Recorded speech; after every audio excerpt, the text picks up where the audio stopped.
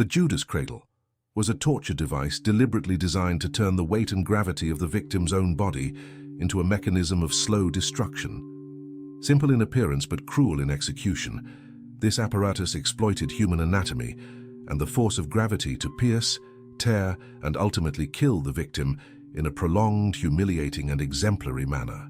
Used in contexts aimed at inflicting maximum suffering without necessarily hastening death, the Judas cradle became synonymous with a form of punishment that combined extreme physical pain with absolute psychological degradation.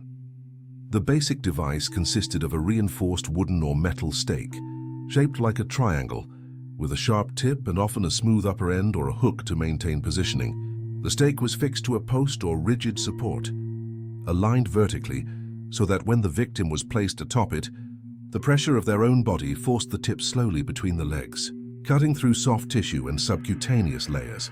In metal versions, the tip could be heated beforehand to additionally burn and destroy tissue, increasing pain and accelerating local necrosis. In simpler versions, the tip remained cold, relying solely on prolonged pressure to inflict damage. The application procedure was meticulous and psychologically calculated. The victim was stripped, immobilized, and often publicly displayed. The seated or semi-seated position placed the tip against the perineal or vulva region. Ropes or straps were used to secure the body to the post, preventing any small attempt to shift and reduce penetration. In some practices, weights were tied to the ankles or legs to amplify downward pressure, accelerating perforation. In others, the victim remained in position for hours or days, with carefully timed pauses by the executioners to prolong awareness and the feeling of helplessness. Physically, the Judas cradle caused a combination of acute and progressive injuries. Initial penetration produced lacerations of the skin and subcutaneous tissue, muscle damage, and rupture of superficial blood vessels. As the tip advanced, deeper structures were affected. Depending on the position and shape of the stake, it could reach the perineal region. Pelvic floor and, in extreme cases, penetrate pelvic organs, causing internal hemorrhage, intestinal perforation, and immediate risk of peritonitis. If heated, the metal coagulated tissues and nerves, producing a burning sensation that added to stabbing pain and nausea. Constant pressure on highly sensitive nerve endings rendered the experience nearly unbearable, maintaining the victim in a state of continuous hyperalgesia. Beyond direct injury, the Judas cradle produced severe secondary consequences. Persistent bleeding led to acute anemia and hypovolemic shock. Perforation of the digestive or genitourinary tract allowed bacterial entry, resulting in septicemia. Local infections could develop into abscesses, necrosis, and gangrene, especially in unhygienic conditions. Prolonged immobility contributed to thrombosis, pressure ulcers, and progressive organ failure. In many accounts of analogous methods, death was not immediate. The combination of pain, blood loss, and infection could prolong agony for days, during which the victim suffered delirium, fever, and septic confusion. The psychological impact of the device was integral to its purpose. Placed in a vulnerable position, stripped and exposed, the victim experienced shame, humiliation, and total loss of bodily control.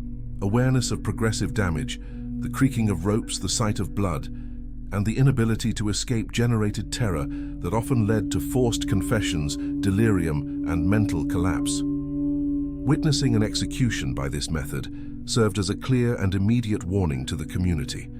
Punishment was not only physical, but also symbolic, aimed at destroying the dignity and social identity of the condemned. Culturally, the Judas cradle was employed in various contexts and under multiple justifications. In inquisitorial courts, its purpose could be to extract confessions, punish heresy, or intimidate religious dissenters.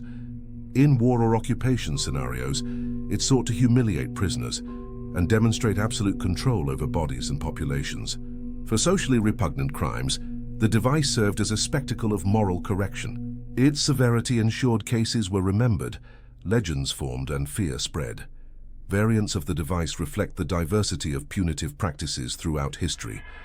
In some regions, the triangular stake was replaced with multiple blades, creating wedge-shaped wounds. In others, the tip was mounted on an adjustable base, allowing the executioner to control penetration depth.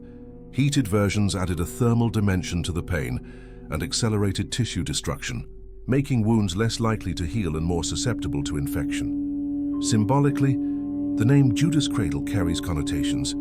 Judas Iscariot is associated with betrayal, and applying an instrument that punishes through exposure and penetration marked the condemned with the ultimate betrayal, turning the body into a metaphor for crime. The religious and moral reference reinforced public discourse around punishment, justifying violence in the name of order, honor, or faith.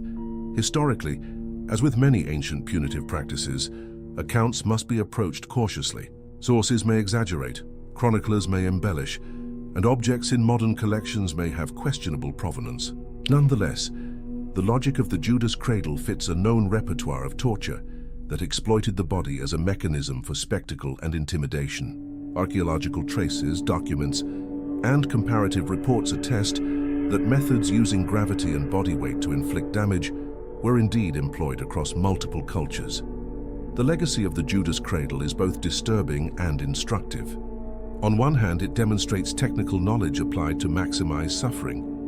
On the other, it reveals how institutionalized violence can be ritualized and normalized when supported by power structures. Studying this device today serves as a warning. Understanding how, why, and in what context such methods arose helps prevent the normalization of violence and establishes ethical boundaries on the use of punitive power. Today, historians and medical researchers study instruments like the Judas Cradle not to sensationalize pain, but to contextualize it. Clinical analysis of potential damage, reconstruction of procedures, and critical examination of sources allow understanding of the political and psychological function of torture. The contemporary goal is to educate, remember victims, and reinforce inalienable human dignity.